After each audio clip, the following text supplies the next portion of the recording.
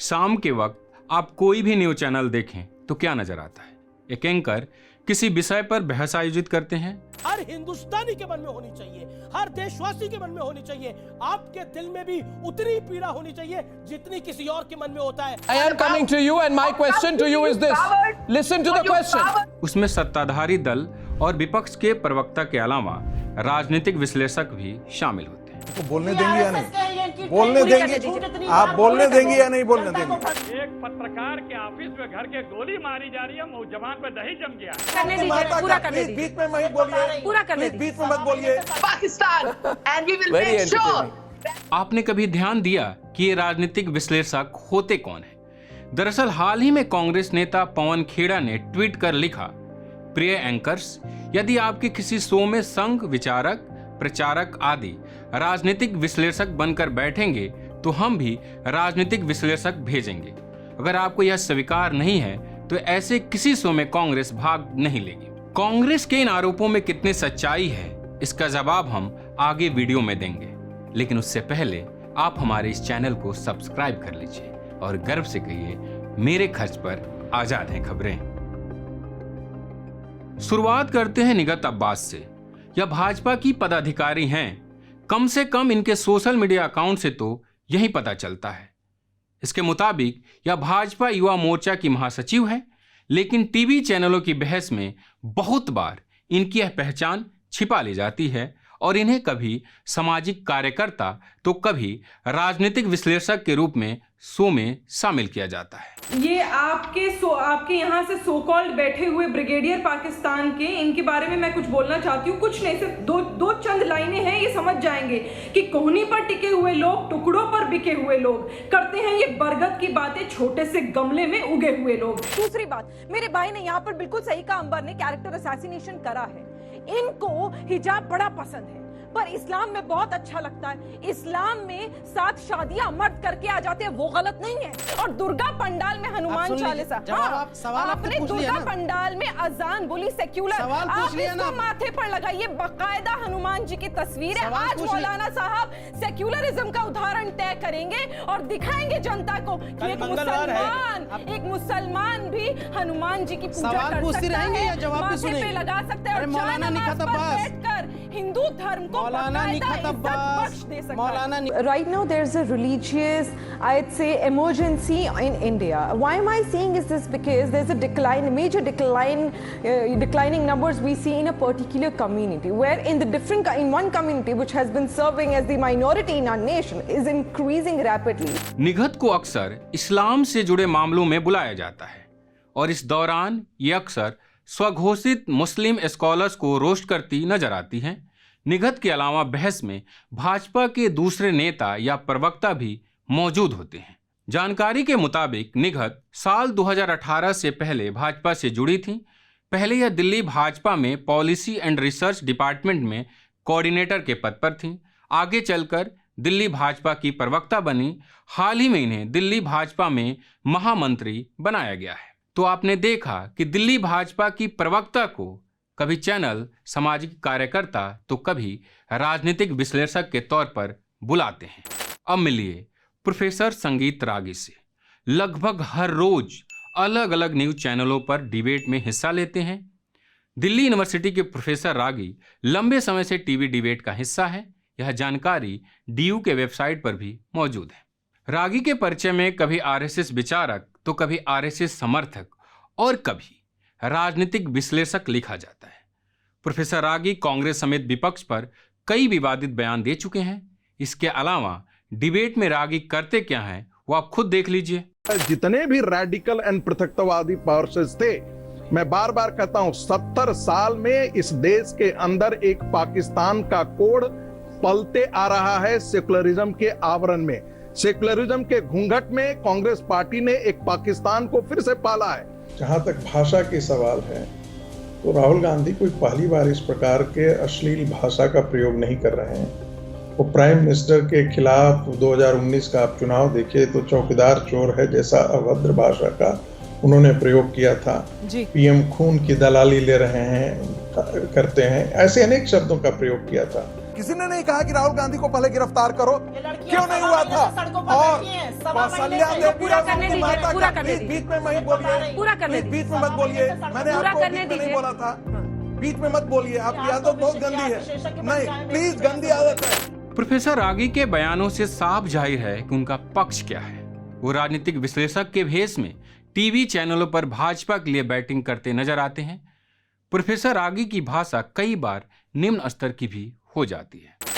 Please ऐसा क्या कह दिया मैंने इसे? ये आदमी लड़ने के लिए बैठा हुआ है, जवाब बनता नहीं है इसे, रखते हो आप, इसे जवाब बनता नहीं है, ये लड़ने के लिए बैठते हैं। संबित पात्रा है ये पाकिस्तानी एजेंट है। क्या बात कर रहे हैं? वैसे रागी हैं क्या, आरएसएस से उनका जुड़ाव क्या है, यह जानने के लिए हमने उन्हें फोन किया, लेकिन उनका कोई जवाब नहीं आया। लेकिन उनकी बातों, डिबेट में रखे गए उनके पक्षों से साफ जाहिर होता है कि उनका झुकाव किस तरफ है। अब मिलिए सुब्रास्ता से। इनसे आप में से ज्यादातर लोग परिचित होंगे। जेएनयू के पूर्व छात्र नेता और अब कांग्रेस नेता कन्हैया कुमार से इनकी बहस एक समय काफी चर्चा में रही थी। उसमें क्या बतावा ही मेक इन इंडिया के बाद, सुनिए एक मिनट, अब बहस करते हैं प्रॉपर। आप 2 मिनट के लिए आप बहुत देर समय ले लिया, थोड़ा सा समय आप बोलिए, आप महिला होने का फायदा उठाने दीजिए, आप ही बोलिए, रिजर्वेशन कर दीजिए, आप ही बोलिएगा। हाँ। बस हम अब नहीं आप बोलने दीजिए, उसके बाद मेक इन इंडिया में कितना जॉब क्रिएट हुआ है, डिजिटल इंडिया में कितना जॉब क्रिएट हुआ है, बस इसके बारे में आप बता दीजिए। बिहार की रहने वाली सुब्रास्ता अक्सर टीवी चैनलों के बहसों में शामिल होती हैं, जहां वो भाजपा सरकार का बचाव करते हुए विपक्ष पर सवाल खड़े करती है। इनके परिचय में भी अक्सर राजनीतिक विश्लेषक लिखा जाता है। मैं पूछना चाहती हूँ कि विपक्ष जो आज इतना आक्रोशित है, क्या विपक्ष के किसी भी एक नेता में संसद में एक ऐसा बिल लाने का मादा है कि वो गैंग रेप को लेकर के कड़ी से कड़ी सजा की बात उसमें पॉलिसी के लेवल पर, इस क्रोध को क्या पॉलिसी में परिणत करने की उनकी परिस्थिति है? तो आप मुझे लॉ पढ़ाएंगे, अभी आप मुझे लॉ पढ़ाएंगे, आप मुझे ड्यू प्रोसेस ऑफ लॉ की बात कर रही हूँ कि कांग्रेस को जब इतनी समस्या है इससे, तो इन्होंने अपना जो पंजा रखा है, छाप रखा है, उसकी जगह पे आप भी कुछ ऐसा रख लेते ना कि आपको भी हिंदू धर्म से जुड़ने का मौका मिलता, आपको भी विराट सनातन संस्कृति से मिलने का मौका मिलता। क्योंकि ऐसा था आपके साथ आलोक जी, मैं याद दिलवाऊं आपको, जब इंदिरा गांधी जी का समय था तो गाय और दूध पीता बछड़ा यही आपका सिंबल हुआ करता था। अब आप क्यों अपनी संस्कृति से कटे और कट करके ऐसा लोगो लेकर के आए? मैं आज एक जनता होने के नाते मैं पूछना चाहती हूँ कि आप जो आशीर्वाद देने की मुद्रा में एक लोगो आपने बनाया है, उसका क्या अर्थ है? आप क्या कहना चाहते हैं कि क्या कांग्रेस पार्टी इतनी बड़ी है, क्या कांग्रेस पार्टी में इतना दम्भ है कि वो जनता को आशीर्वाद देने के लिए खड़ी रहती है हमेशा? मुझे तो आपका लोगो ऑब्जेक्शनेबल लगता है। टीवी चैनलों पर राजनीतिक विश्लेषक बनकर आने वाली सुब्रास्ता के बारे में जान लेते हैं। सुब्रास्ता भाजपा के लिए काम कर चुकी हैं। नॉर्थ ईस्ट में भाजपा को चुनावी सफलता दिलाने में इनकी भूमिका रही है। लल्लन टॉप ने 5 साल पहले सुब्रास्ता और उनके पति रजत सेठी का एक इंटरव्यू किया था, जहां इन दोनों की लिखी किताब the last battle of Saraighat, the story of the BJP rise in the north east पर बात हुई थी। इस दौरान रजत ने बताया कि हम असम और मणिपुर जीत गए हैं। हम लोगों की कोशिश है कि त्रिपुरा, नागालैंड और मेघालय जीतें। इन तीनों जगह जीत होगी तो नॉर्थ ईस्ट का दायित्व खत्म होगा। तो अब कहाँ की तैयारी है? हम लोग का कोशिश है कि त्रिपुरा जीते, मेघालय और नागालैंड, ये तीनों प्रदेश चुनाव फरवरी में होने जा रहा है, और अगर इन तीनों जगह भी जीत होगी तो हमारा पूरा रिस्पॉन्सिबिलिटी, दायित्व नॉर्थ ईस्ट का खत्म होगा।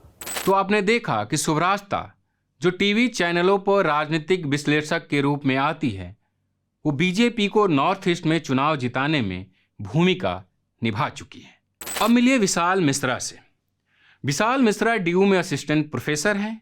टीवी चैनलों पर इन्हें राजनीतिक विश्लेषक कहकर बुलाया जाता है। ये भी भाजपा के पक्ष में बोलते हैं। ठीक है, आपका मनभेद होगा मोदी जी से, आपका मतभेद हो सकता है, आपका सरकार से मतभेद हो सकता है, but this is the time of huge urgency. इनसे हम क्या आनंद करें? ये हमको देशभक्ति सिखाएंगे। ये लेफ्टिस्ट तथा कथित तथा कथित सूडो इंटेलेक्चुअल हमें ये नहीं सिखाएंगे। हमें इनसे राष्ट्रभक्ति नहीं सीखनी है। अरे जो थोड़ी मोड़ी आपकी दुकान की भी ताकत है उसको संभालिए। लेकिन प्रश्न यहाँ पे ये उठता है कि जरा इनकी मनोवृत्ति तो देखिए कितनी काली है।